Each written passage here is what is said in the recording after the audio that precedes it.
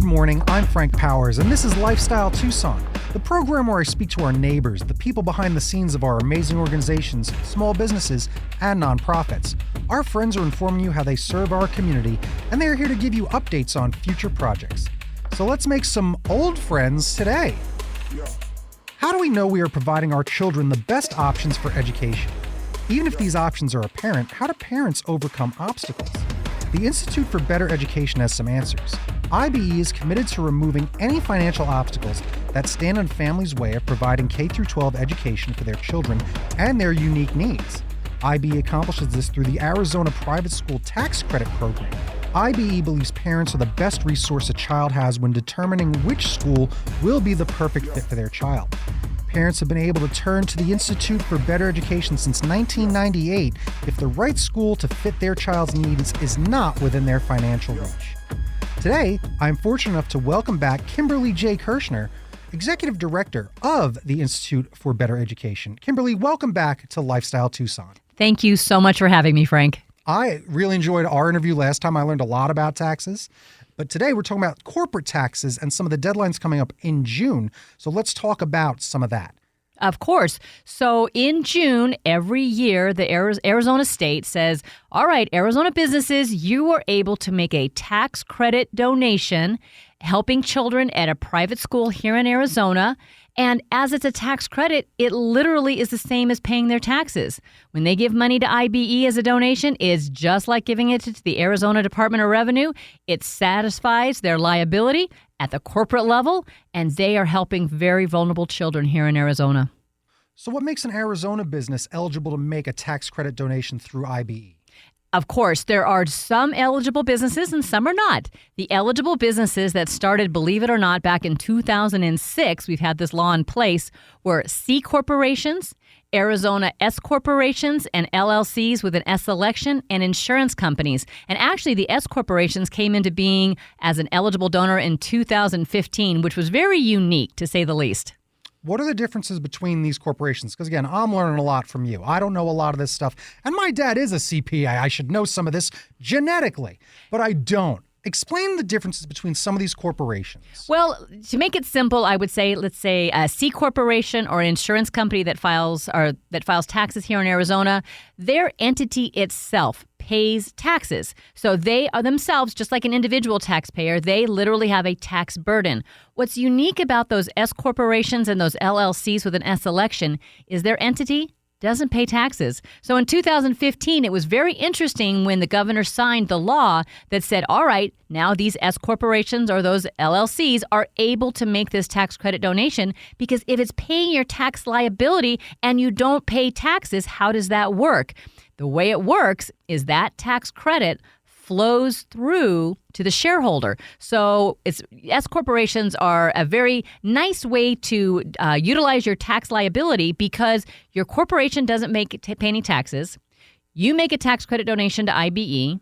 You recommend a private school here in Arizona, or just our needy fund, let's say, helping low-income families, children with disabilities, children that are in the foster care system. And you get to say, all right, this is what I'd like to do with this tax burden. That credit flows through to you personally. So if you are a 100% owner in that S corporation, you get to look at your personal 140 and take that credit. So your business is paying for your personal liability. So many business owners are saying, I do believe in children. I believe in children's education, but there's something in this for me as well. That's interesting. And you can choose the private school, what you're saying. You can choose where your donation goes. Correct. So let's say an individual taxpayer here in Arizona, they have an extra choice. They can actually choose or recommend, with the law is very specific, you're recommending a specific student to receive your tax credits. Wonderful. We've just gotten past tax season. Not going to take a dive into that. We're probably tired of taxes for 2022. But for businesses, they don't allow a child to be recommended, but they allow any Arizona private school. Or let's say they don't have a private school that they're focused on, or they want to help. They can say, all right, Kim, I would like my money to help any student who has a disability, who's been in the foster care system, or who has a very low income and needs that extra help. How much of an Arizona business donation is awarded to the students for their tuition costs? That's a great question. And it's really all dependent upon fund availability. So every school tuition organization, or STO, which is what IBE is, we are certified by the state to not only receive tax credit donations, but we turn those into scholarships. So every one of us is reaching out for those corporate donations to help children. If I get a tremendous amount of funding, I can give up to what would be considered the maximum amount. So for the low-income families, for next year, for the 23-24 academic year, K through 8, I'll be able to award up to $6,100. And for the children who are in high school, I'm able to award up to $7,900 more because high school is more expensive. The good news is different STOs can stack their scholarships. So let's say a child's tuition is $15,000.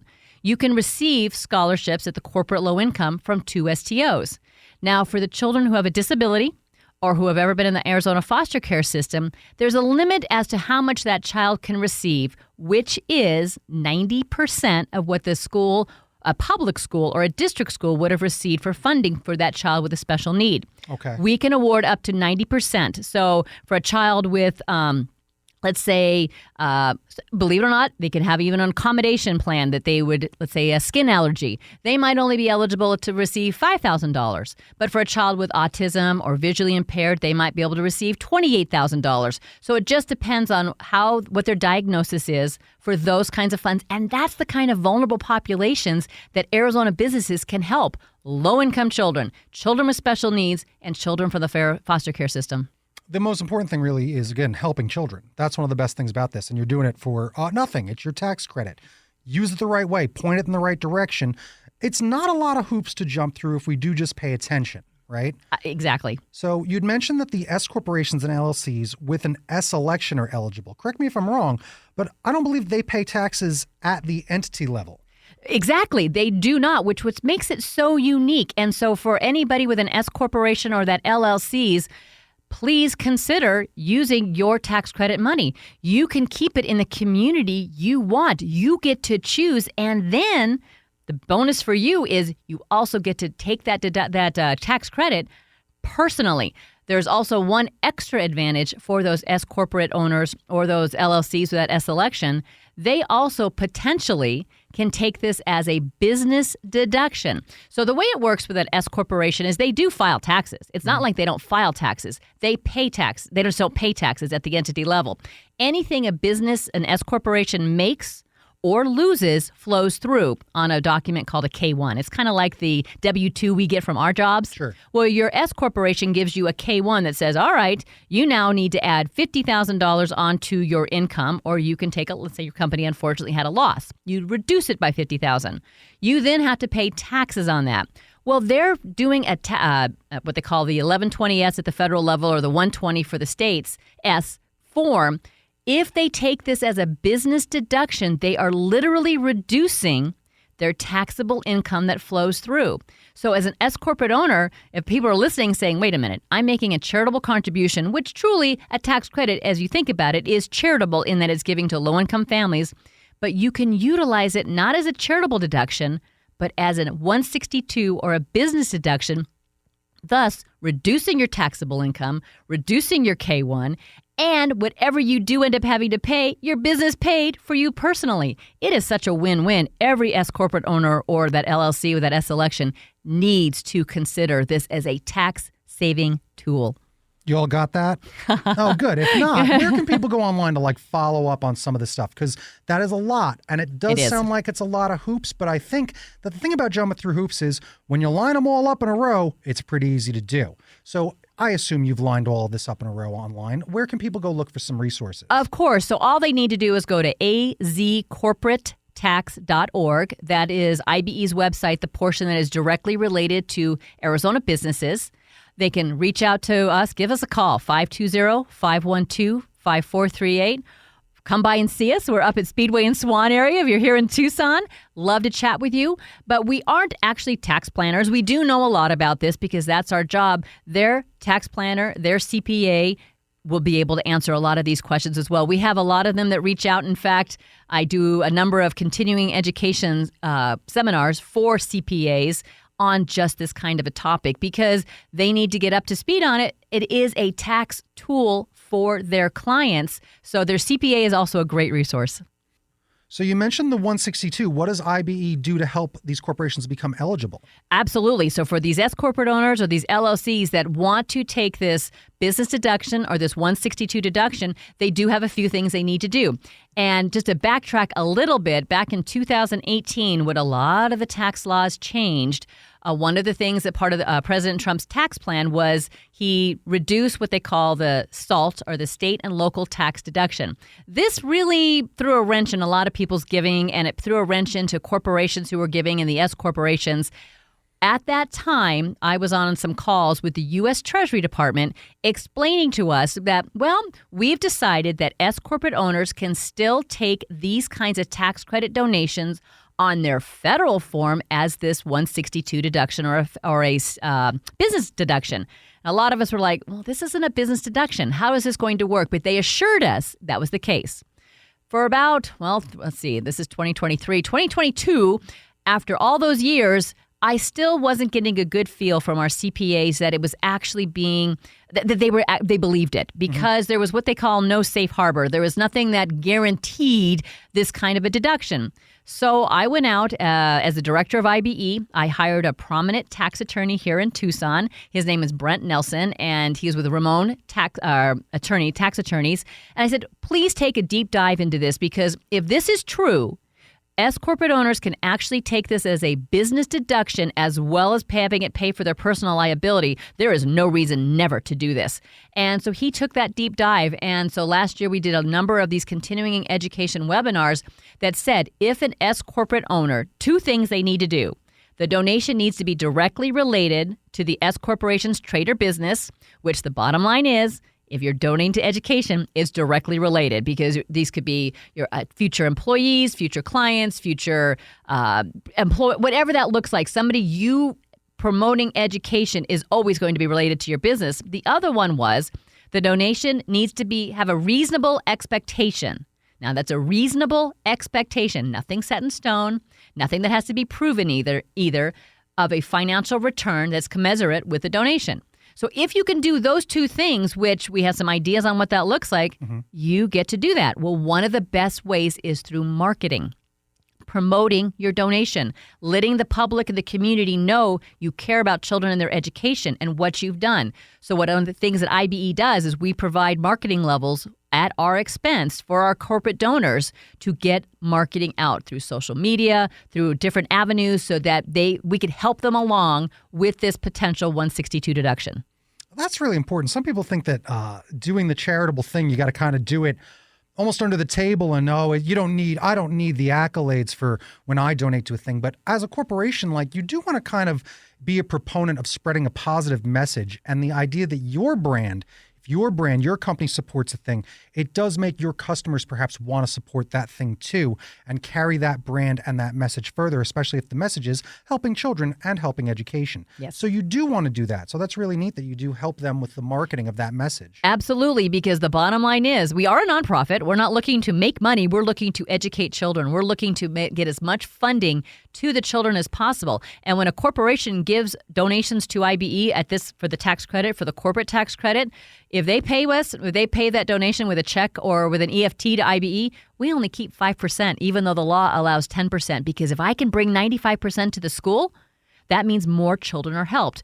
If the business pays with a credit card, which from what I understand, we're one of the few STOs that allows a credit card donation, a charge at the corporate level, we will keep 8% just to help us with those fees, because we will pay those fees. But that's still 92% that's going to the school to help children, again, low income, children with special needs, or children from the foster care, very vulnerable populations. The more money we can get into the children's hands to pay the school, the more children are helped and our community is stronger. That's right. Because remember, kids need help. They can't lift themselves up by their bootstraps, okay? That's the idea. We're here to help kids be charitable toward helping the education of children, and especially children in vulnerable populations and children in need. So now let's talk about what the process for a corporate donor looks like. What is the process like? It is so simple. And again, you were talking about this is very simple. It really is. We're taking a bit of a deep dive today into some of these aspects of it. But the bottom line, it is simple. It is a one-page application that the donor gets to IBE. It's available on our website. You can just give us a call. It's one page. They let us know who they are, how much they would like to donate, if they have a recommendation of a particular school or schools. If they like to help low-income families or if they like to help children with disabilities, they let us know on this one-page application. Then the beginning of July, there is a cap that opens up statewide because a business owner does not have a limit as to how much they can give. Personal, when you and I make a personal donation through IBE, there's a limit what we can do personally. There isn't one with the businesses. So if somebody has a personal liability of $1 million, they can make $1 million donation. If their liability is $5,000, that is the minimum for an S corporate owner. They make a $5,000 donation.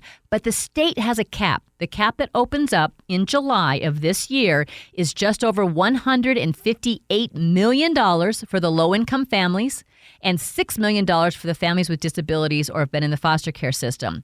Once that money is gone, it's gone, and we have to wait till the next year. The disabled displaced money goes within minutes. It is gone on that day. So super, super important to be working with an STO that knows how to get their corporate donations to the Arizona Department of Revenue on that day because they are the organization that keeps track of that cap. It's first in, first accounted for. So when 10,000 applications come into the Department of Revenue at the same second, you want to make sure you're working with an STO that gets those applications in first.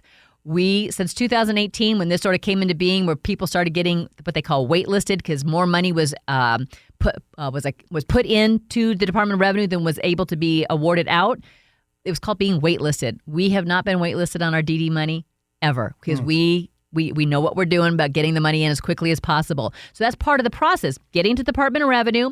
Once it's approved within a week, the business has 20 days to fund that donation, up to that donation. So let's say the donation is for $50,000. They only could come up with $36,000 in that 20 days. That's okay. They just couldn't give us 51 because that would be more than what they were approved for. This sounds like it's harder to get in than Coachella. Like, you got to be fast to get those numbers. You do. And trust me, when you have that many that are trying to apply for that money, there are some ways to do that. And IBE was not willing to let our donors or our schools down. So we hired somebody to make sure we were getting our applications into the Department of Revenue as quickly as possible. And the proof is in the past, we have not been waitlisted, especially with that DD money. That's amazing. So, yeah, the process is the STOs really need to move fast and to get the donations to the AZDOR first. So that's what you're really taking care of is speed, getting Correct. it within a week because that's unfortunately the thing about life. Life does have deadlines and you have to meet the deadlines. I'm sorry. I forgot to put a stamp on it. That doesn't work. You got to get it done. Unfortunately, it doesn't work. We've got rules that we follow and we are going to be compliant with those rules, those laws, because that's going to keep STOs around. And that's definitely a primary focus of us because the longer we're here, the more kids that are helped. I would love to know more about the impact corporate donations have for the children their tax credit donations help. Tell me about that. Thank you for asking that because that is what we do, what makes what we do truly amazing because the children that are helped, again, not only vulnerable populations, but can you imagine as a single mom, let's say, and your child tells you, Mom, I'm just struggling in school. I don't feel safe. It's a problem. And unfortunately, it's a problem in many schools. Yeah. And the mom is saying, I'm working 3 jobs just to get food on the table. How am I supposed to get you to a different school? That child, we will make sure has the tuition they need and that to go to a different school where they feel comfortable to learn. A child is not going to learn in an environment where they don't feel comfortable. Let's say you have a child that has a special need. I have a lot of schools here in Tucson and in Arizona that really are helping children with autism. That school is going to be $25,000 a year, at least. Only families that can afford it would be there if it weren't for the disabled displaced corporate donation process and being able to help those children get to a school that's going to give them the tools they need to be successful in life. So whether you're talking about a child who's not comfortable at school, a child who just their learning style does not fit with the particular school that they're in, a child who has a disability, a child who just sees the world a little bit differently. there are schools specifically for these children. And without the corporate program, we couldn't help them the way we do. So the impact is huge when it comes to children. And everybody that lives in Tucson has to understand that the children of Tucson, they're our hope, they're our future. They are going to make our community stronger, and education is where that begins. It's true. And I'll be honest with you, I know some of my friends are the ones that are parents now. They need all the help they can get. My goodness, because it's harder than it was when we were growing up. And It is. everybody's parents have to work. It's hard to have a stay-at-home mom there to take care of the kids. I don't even think that exists, right? It's pretty rare. It is rare. It's much more rare today because our world just seems to be set up more for that dual income family. And it's even if it's rare, it's wonderful if a parent can stay at home to be able to be there for whatever their children needs. It's just not the way it is.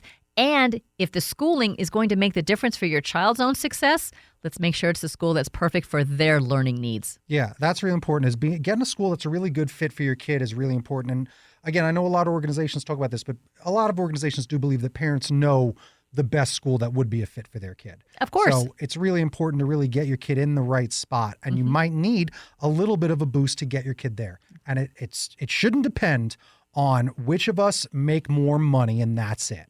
Correct. I agree with that 100%. Right. Let me just ask you this, because we still have some more time. If you had a wish for your organization, and maybe even specifically this, the corporate tax credit thing, like what would you want that to be?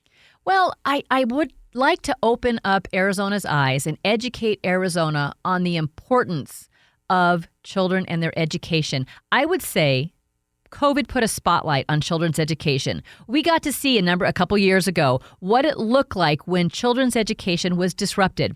No fault of the school. There's nothing wrong with the way it was handled in that, except for children weren't being educated. And so it gave us this spotlight. So what I'm seeing today, which is really a wonderful thing, people are making donations to IBE to help children in their education who weren't normally doing so. Maybe they don't have children. Maybe they don't. Maybe they don't have grandchildren. They don't have children in their life that's going to directly benefit. They just understand the importance of education and choosing the correct school, regardless of what it is. I'm all about making sure kids are in the correct school. If that's homeschool, fabulous. If it's a district school or a charter school or a public school, wonderful. But if it's a private school because you know as a parent or a family member this is the best, or your child's asked for it, and that happens, believe it, more often than you think, a child asked to attend a particular school because it meets their interests. Some children learn through science. Let's go to a school that focuses on science. Through art. We have a lot of faith-based schools that a child feels more comfortable at. Whatever the reason, whatever that looks like, I just need Arizona to understand we need to support children's education at every level, every kind of school choice option, making sure we have strong communities for today, tomorrow, truly into our future. Well said. Is it really, here's my last question really, if people and corporations aren't using their tax credit, is it like leaving money on the table? Well, I mean, the bottom line is our taxes go to the state of Arizona, and the state does what the state does with taxes. Some of it does pay for public school education. Most of public school is covered by property taxes, but some of it goes to public school education, which honestly, the amount of money that's directed off of the public school to tax credits for private school is pretty nominal. I know a lot of people talk about that, but the fact is we don't want to hurt anybody's education, whatever that looks like. So your money's not necessarily on the table as much as you don't have control where it's going. Can you imagine sitting there as an individual or a business owner and saying, I can direct where my state tax dollars are going specifically, and you can put those tax dollars behind something you believe in. Education is a wonderful choice. Absolutely. I think it's the only choice personally. I mean, again, I always love talking to you. You are so well spoken when it comes to this. You do make this feel very comfortable. And honestly, it makes this seem achievable. At least for me, I hope it does for other business owners out there and other individuals that see the potential of what they can do with their paying their taxes and the fact they can help children. And especially kids in need. I really love talking to you every time you come. Oh, thank you. I don't know if you can tell, I love what I do. I truly love what I do. And just having businesses, if you've got questions, again, reach out to us. We've got azcorporatetax.org. Quite frankly, my email is kim@ibescholarships.org. feel free to reach out to me personally. Come by and see us. We're up at 921 North Swan. Love to have you stop by, see our offices, or call us at 520-512-5438. We are here to help you so you can help the children of Arizona. Good Lord. And she's literally rolling out a red carpet right in front of me because today I was fortunate enough to welcome back Kimberly J. Kirshner, Executive Director of the Institute for Better Education, making sure that you're taking those tax credits, helping out children in Tucson. Thanks for coming back, Kim. Have me anytime. Thank you so much, Frank. This was Lifestyle Tucson. Bing bong bing, time for a recap. If you can't tell, I love talking to Kim. I think she's been one of my best guests on Lifestyle Tucson. She's so well spoken and knows everything about all this and genuinely cares about where your money goes. So you should follow her advice. I told her she should give a TED Talk on this whole sort of thing. She's a pro. So make sure you go bother Kim because she asked you to. Just email her, Kim at IBEscholarships.org. That's scholarships plural. You can contact IBE at 520-542-5438 or go give them a visit over on Swan Road there at 921 North Swan Road here in Tucson. So remember, those deadlines that she was talking about, as well as that July cap, is coming up. So make sure that you're aware of all these deadlines. You can just go check everything out over on IBE's website, IBEscholarships.org. So make sure that you talk to your CPA to get the actual advice that you might need, because that's also what she wanted me to say, because everyone's situation is their own individual situation. So don't be afraid to jump through a hoop or two. They've made it very easy at the Institute for Better Education. Remember, it's just a one-page form of who, what, where, and how much of where you want your exact tax credit to go. Go help some kids here in Tucson. So I want to thank our new friends at the Institute for Better Education for joining me today. You've been listening to Lifestyle Tucson. For more information about our program or to listen to something you may have missed, go to the Sunday mornings page on klpx.com, kfma.com, mixfm.com, or espntucson.com. You can also subscribe on iTunes or wherever fine podcasts are taxed. I'm your BFF, Frank Powers, Toot Toot Tucson. I love you the most.